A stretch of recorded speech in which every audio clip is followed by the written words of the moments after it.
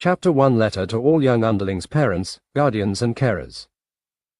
The United Nations has decreed that owing to their absence in the line of duty and without a representative at the World Orchid Organization, the man plant will henceforth become extinct on the earth and shall no longer be viewed as the top plant.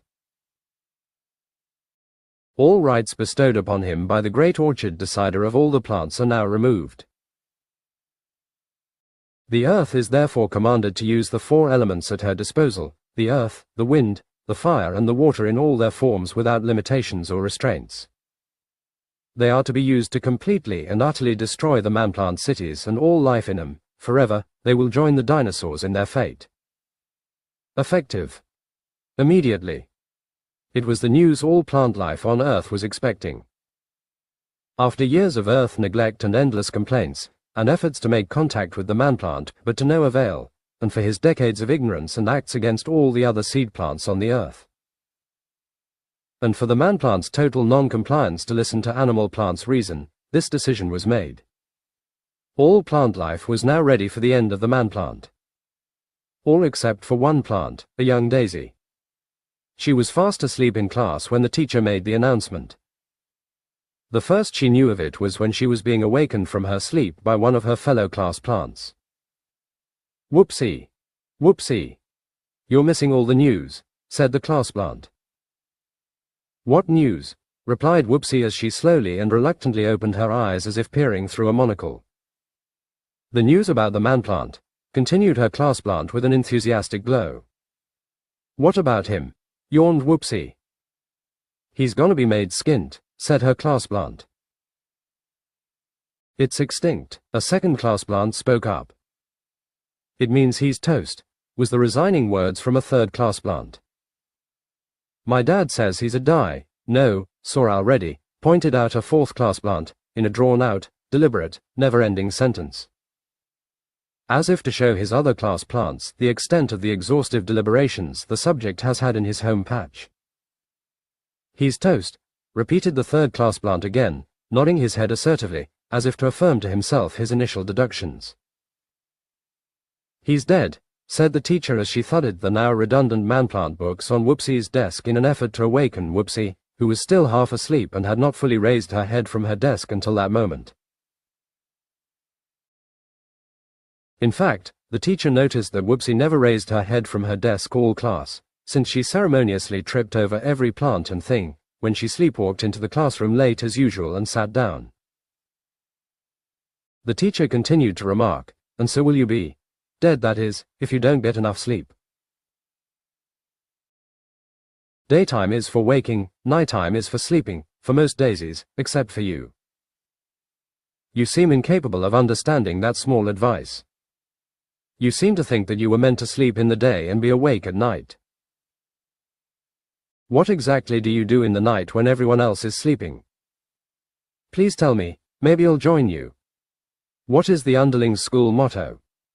Day is for learning, nighttime is for sleeping. Maybe she's afraid of the bottom plants that bump into us at night," came a voice from the back of the class, eerily.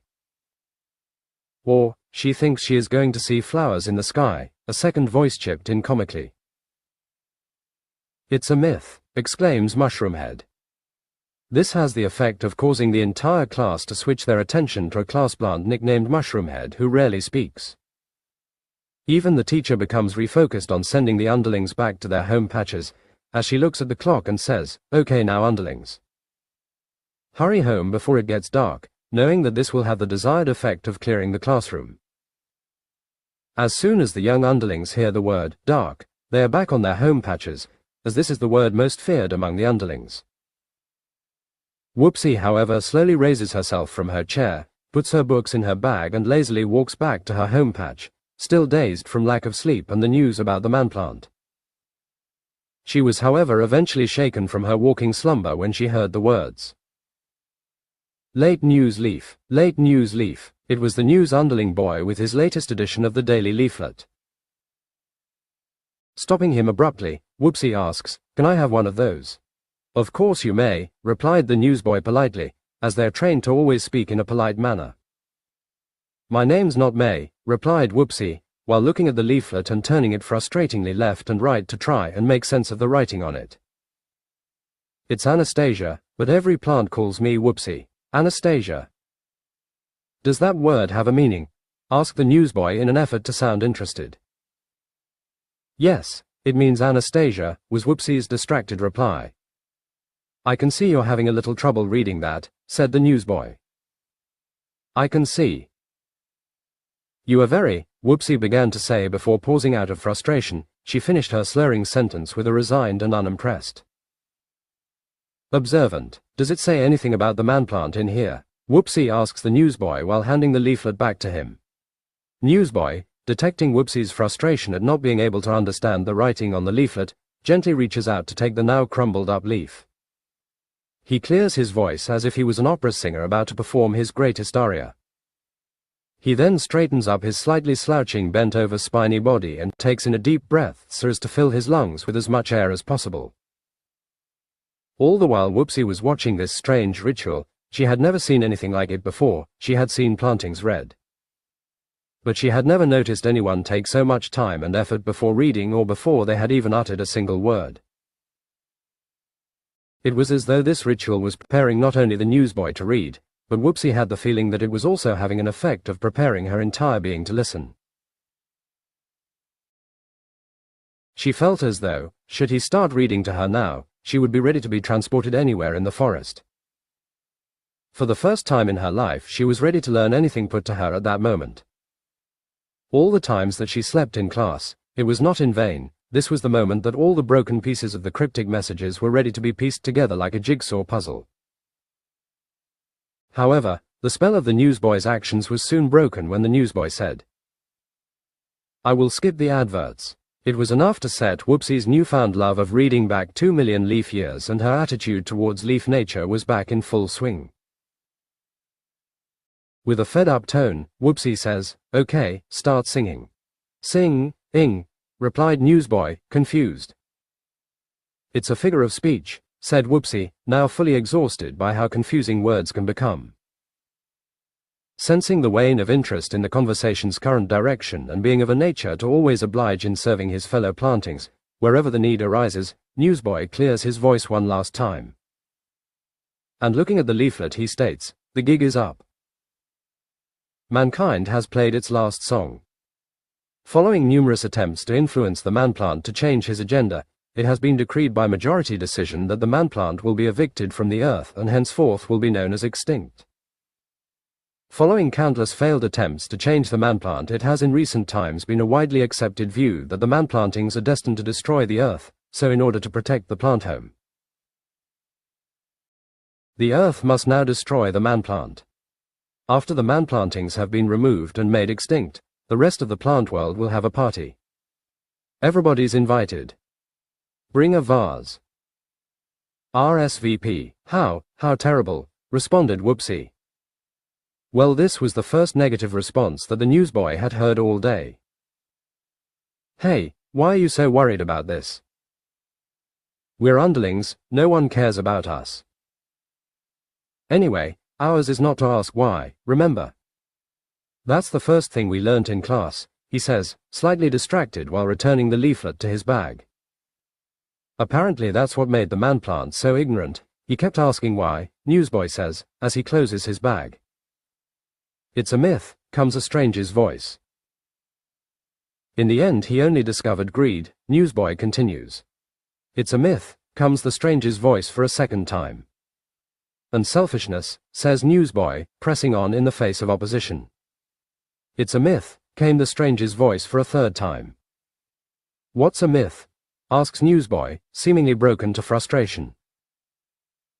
Everything. It's all a myth, said the stranger. It was Mushroomhead.